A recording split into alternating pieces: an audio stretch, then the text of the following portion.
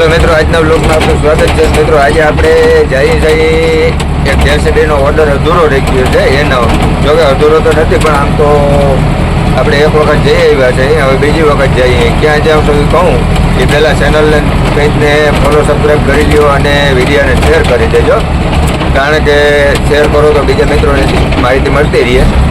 તો આપણે જઈએ મોટભાઈને ડેરીએ, બીએમસી પ્લાન્ટથી પડે છે એના કનેક્શન આપણે ઊભું કર્યું ત્યાં ગયા હતા, અને હવે જે ટાંકો હોય એમાં અર્થિંગ આપવાનો હોય, ઉપર સોલાર પેનલ હોય એનો અર્થિંગ હોય, એ અર્થિંગ આપવાનો હોય તો એનો 5-8 ફૂટ ખાડો લાંબો અને ઊંડો હોય, તો એ ખાડો કરીએ ત્યાર પછી એમાં અર્થિંગ બેહાડી અને ત્યાર પછી ચાલુ થાય। ટૂંક સમયમાં એ બીએમસીનું કામ પૂરજોશમાં હાલે, ટૂંક સમયમાં પૂરું થાય ત્યાર પછી ચાલુ કરવાનું છે। તો એ હાલે છે। એક ઓર્ડર આપણે એ કરવાનો છે ને બીજો ઓર્ડર કરવાનો છે। ઓર્ડર આપણે આજે જેસીબીના બે ઓર્ડર પૂરા કરવાના છે ને આપણે મોટરું હાલે છે 2, બરાબર।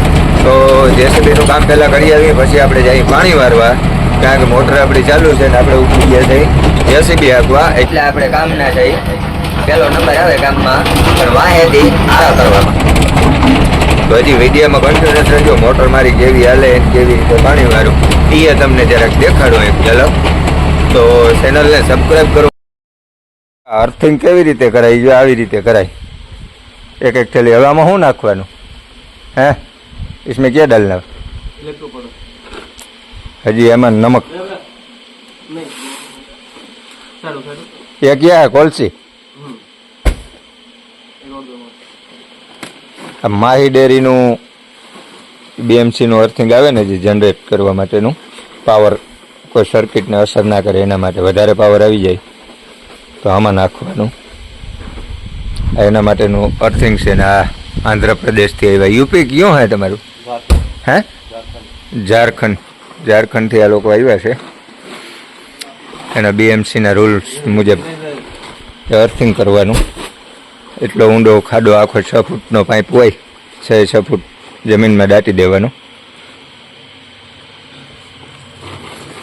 25 કિલો એક કોલસી નાખવાની। હવે શું નાખું? શું ભરું? માટી?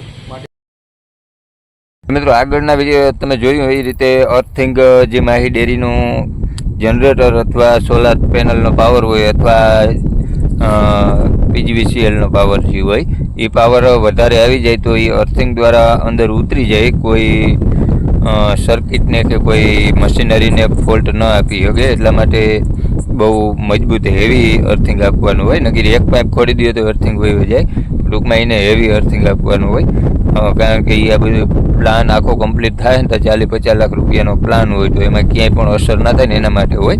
અને એ બધું આપણે કરી નાખ્યું ને હવે આવી ગયા આપણે વાળીએ, જ્યાં આની પહેલાં આપણે બતાવ્યું હતું એ રીતે એ જ કટકામાં જઈએ પાછા આની પહેલાં આગળના વિડીયોમાં, કારણ કે આપણે ધોરીઓ કરવાનો મનાય છે।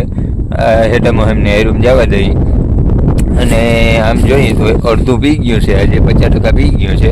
હવે અહીં આપણો ધોરીઓ પૂરો થઈ ગયો, હવે બંબાવાળી સિસ્ટમ આવી જાય।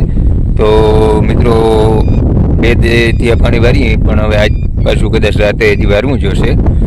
તો વિડીયોને શેર કરવાનું ના ભૂલતા અને એક કમેન્ટ કરી નાખજો।